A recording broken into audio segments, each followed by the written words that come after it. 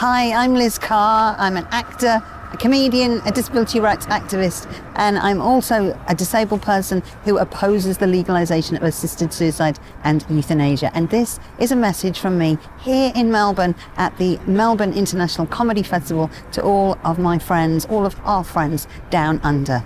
Really, it's a message to implore you to be incredibly cautious about introducing medically or physician-assisted suicide into your state or your country. It's a scary thing for disabled people. Why? Many people say this has got nothing to do with disability. This is about mentally competent, terminally ill people only. But you know what? There is such a fine line between terminal illness and disability, both medically and in public perception, that we become one and the same. And that means then that assisted suicide is seen by the public, by the medical profession, as a compassionate, a rational solution even to the problems of anyone who's ill and disabled. We discovered this in the UK, where in 2015 our Parliament got to debate for the first time in 16 years whether we should introduce this into our country. Now, it was a hard fought over law, first debated in the Lords, then debated in the Commons. Ultimately, the vote went this way. 330 MPs of all persuasions voted to oppose legalising physician-assisted suicide. Only 118 supported it, because ultimately there is no proof from the jurisdictions where it's been legalised that vulnerable people, that people at risk, that the silent voices, the more silent voices of older, disabled and ill people will be heard and will be protected or will not be protected through these laws. And that's the thing. Do we introduce a law for the benefit of the few at the risk to the many? We can't do that. Most countries do not have capital punishment because even after a court case, investigations, there are miscarriages of justice.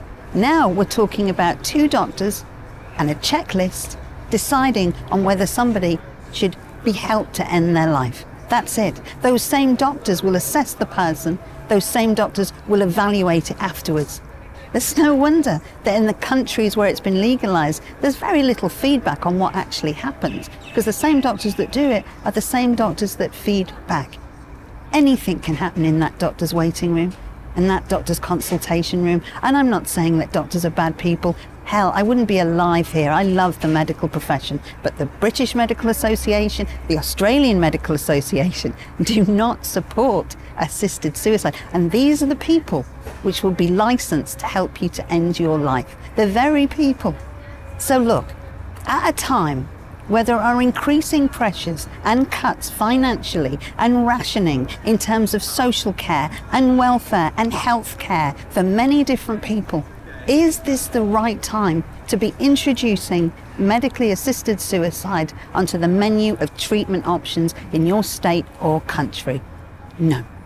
And you know what? As long as we value certain lives differently, and we do, we value the lives of disabled and ill people and those who have greater dependence, we value those lives less. And as long as that's true, and as long as that's happening, we cannot enshrine that inequality in a law. So I implore you, that's why I'm here, to implore you to not legalise assisted suicide. It is okay to say no. Opposing does not make you lacking in compassion. It does not make you a bad person. It does not make you anti-choice. It means that you want a good death for everyone, and you're not prepared to risk that on the rest of your population.